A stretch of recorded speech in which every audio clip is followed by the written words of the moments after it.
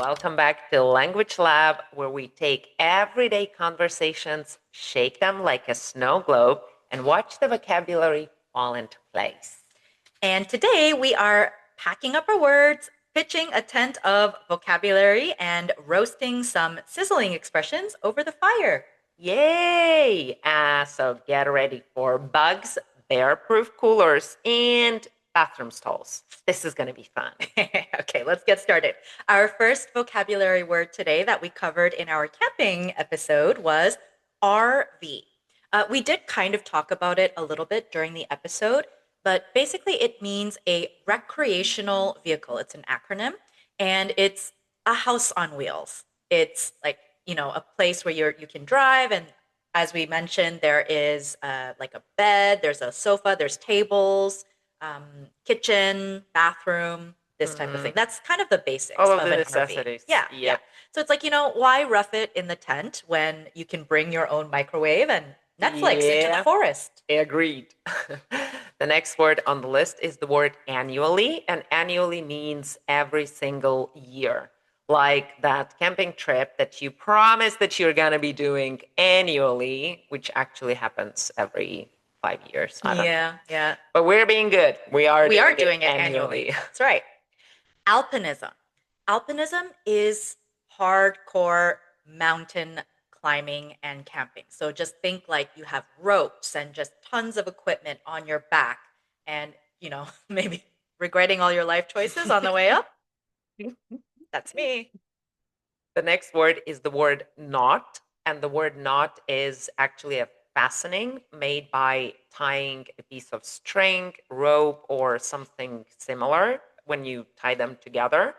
Yes, and sometimes your hair can get like knots, and sometimes your shoelaces that are destroyed forever with the knots. Trying to untie tight knots is my nightmare.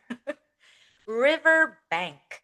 And a riverbank is, nope, it's not a bank. It's not where the fish go and deposit their cash or go and, withdraw some money. It's the land that is along the edge of the river. So it's a nice place where you can like skip rocks. We did that. We did that when we went camping. Yeah. Or, you have to be careful because the rocks can get slippery or, slipping, that type of thing. Yeah. Or here's a dad joke. Why is a river so rich? Why? Because it has two banks. Oh, God. Okay, that's a good one. The next word is the word parallel, like parallel, or it can be parallel parking and stuff. So parallels are actually, it's a sad story, love story in geometry or trigonometry. I have no idea what I'm talking about. Anyway, parallel means two lines that run side by side, but they never meet. Yeah. Like maybe the ideal setup for tents or relationships with Wi-Fi in the backcountry. Oh yeah, They're so close, you but never they never meet. meet. Yeah. So sad. Carabiner. Is that the right pronunciation? Carabiner? I believe it's carabiner, but don't quote me on that. Okay. Yeah, we should have checked it. Yeah, I know what the tool is, but I never knew the name of it actually. So carabiner or carabiner? Yeah. Yes. And it's basically a climber's best friend. It's basically this like metal clip that you keep attached to your rope. It's really like a life-saving tool that you really need when you're going climbing. It's kind of like, I don't know, like a paper clip, right? But life or death. Yeah. I was like, yeah, but more important than a paper clip. But you added, life or death. Love it. The next word is the word harness. And there are so many different harnesses in the world, but the one that we were talking about, it's actually that awkward climbing diaper that you strap yourself into before you defy gravity and decide to go rock climbing. I always feel so awkward when I'm in a harness. Like I do feel like a baby wearing a diaper. Yeah, and it's a weird kind of a diaper because it actually doesn't have like anyway. Not an effective. Yeah, don't use harness as a diaper, okay? Don't. That was just a good analogy. Okay, so one place that you might use a harness is when you go zip lining. And zip lining is basically you're kind of flying through the air on a cable.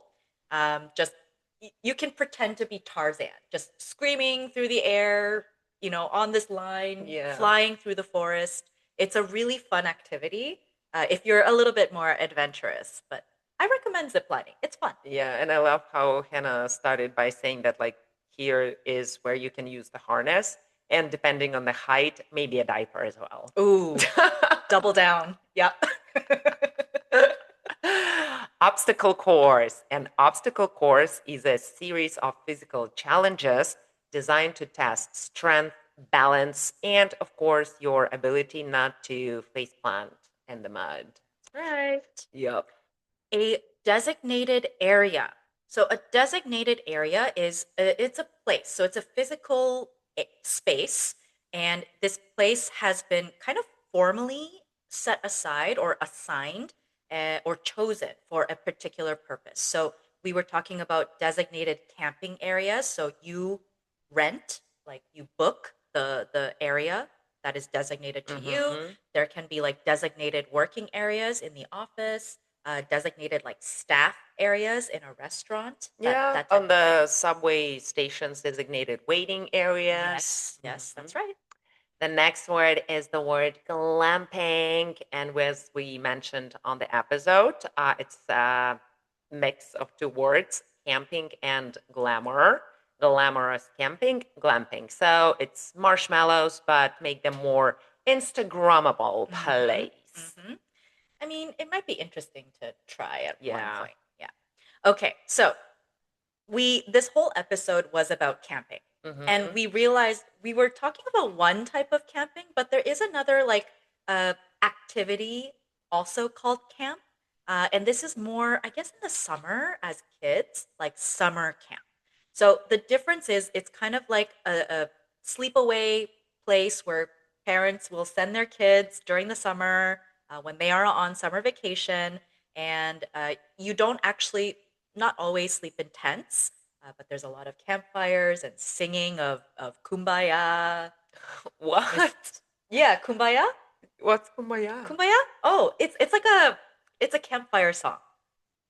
I don't want to sing it, Okay, but but what's I honestly kumbaya the word it might be another like maybe it's a native oh, word or something. interesting. But when we say kumbaya, it's like peace or like uh yeah, like peace. Okay, Yeah, it could be interesting a religious cultural song thing. actually Never because heard of this. the lyrics are like kumbaya my lord, kumbaya. Yeah, it might be a religious song actually. Okay. Anyway, it's just like a traditional campfire song. Next year, Yes, I when will we're teach you. going camping, I will teach you the song. I will Bring a learn it at guitar with that me. time. Yeah. The next beautiful word is defy. And to defy means to openly resist or refuse to obey to something. Like when you defy the weather forecast, very rainy weather forecast, and pack flip flops, a swimming suit, and maybe sunscreen on You a trip. refuse to believe the weather will be bad. Yup. Okay, and backcountry camping, we also wanted to mention again. Backcountry is like in kind of the furthest back of the countryside or the Mm-hmm. forest, right? It's like really hardcore camping. Again, no running water, there's no phone service, definitely not Starbucks nearby, no Yeah. Starbucks nearby. So it's really roughing it out in the Yeah. woods. Good. The next word is service in terms of mobile service. So it's basically the reception or the signal that your phone desperately tries to find while you're in the woods. And spoiler, very rarely does find Very it. rare. Mm-mm. Yeah. Yeah. But it's nice. It's nice to kind of go offline for a Yes, while when you're camping. agreed. Yeah. Okay, next, portaging. And portaging, I've never done portaging, but it sounds fun. It's when you're basically carrying your like canoe or, you know, kayak or whatever you use to go down the river, and you carry your canoe and your gear, all of your equipment basically on your shoulders as you're traveling, like walking in the forest between lakes or between your camping sites. It's really tough and it's It does really sound physically tough. Yeah, it's like nature's like CrossFit. mm-hmm. If you've ever tried Good. CrossFit before, it's Yeah. tough. The next one, pitch a tent. And we're not talking about the baseball term. Nope, it's not a baseball move. It just means to set up a tent. Ideally, without arguments about which pole goes where, or without wobbly poles. No wobbly poles. No. Okay. Next, we have the word outhouse. And an outhouse is like a nature's original washroom, right? Nature's original toilet, right? It's like a wooden kind of shack where you go to the washroom. Yeah. Yeah. The next one, we were talking about the stalls for bathroom or washroom, the public one. So those are little privacy cubicles in public washrooms where you pray the Lord's work. Yeah. A lot of toilet talk today. Yeah. I mean, like, what kind of camping is there without the toilet Exactly. talk? It's a very important topic. Exactly. Yeah. Okay. Next, we wanted to talk just a little bit about Canadian national parks. There could be kind of different definitions in different countries, but a national park in Canada is this big protected public land and water, of course, and its goal is to preserve the natural region and the ecosystem for enjoyment. So for people who can camp or for like public education sometimes too. Yeah. Nice. The next word is the word hiccup. And this word has two meanings. One of them is when your diaphragm acts up and you go like, so that's the hiccup, the literal meaning. The other meaning of this word is a small problem or a delay. Like we had a couple of hiccups when we forgot to buy marshmallows or Yeah. s'mores. Yeah. Small hiccup, but doesn't affect the trip whatsoever, really. Yeah. All right. Next, we have the word gear. And we use this word quite a lot in the episode, and we talked about it a little bit. It's basically the stuff that you need for an activity, right? So all of this equipment. So, for example, camping gear, these could be like tents, sleeping bags, basically half of like Canadian Tire. Yeah.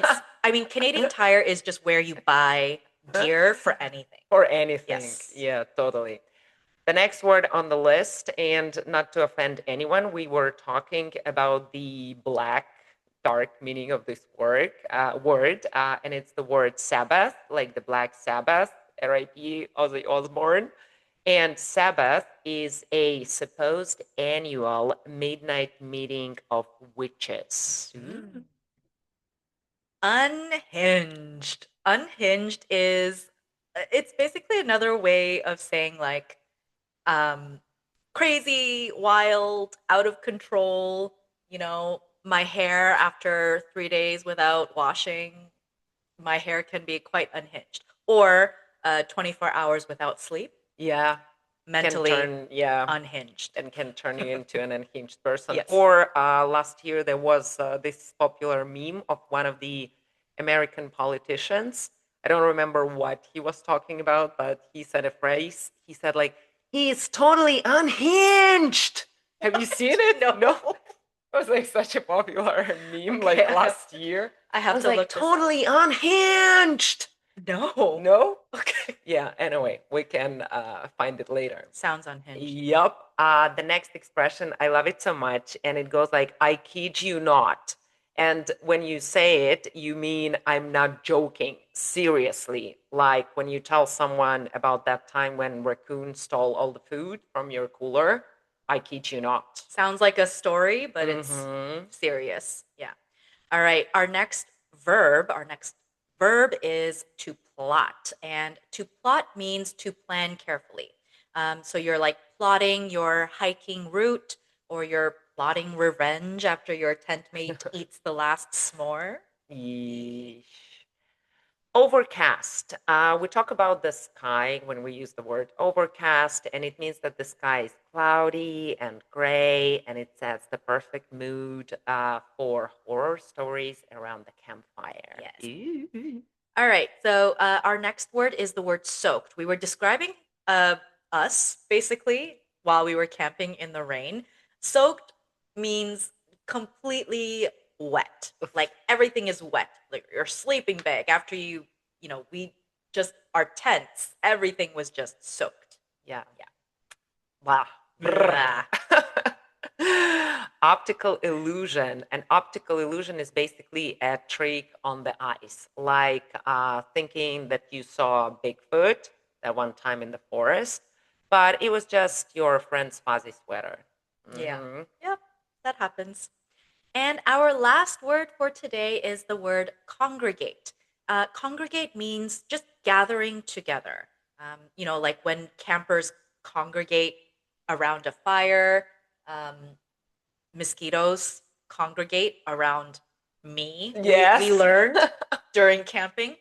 I was the mosquito Attractor, attractor. not a repeller, attractor. Nobody else got bit. So, yes. Yeah, very, very funny. Anyway, so next time you're in the back country, soaked to your socks, plotting your escape from an outhouse, just remember you're not only surviving nature. You are also expanding your vocabulary, and that, campers, is a win. Bye. Bye.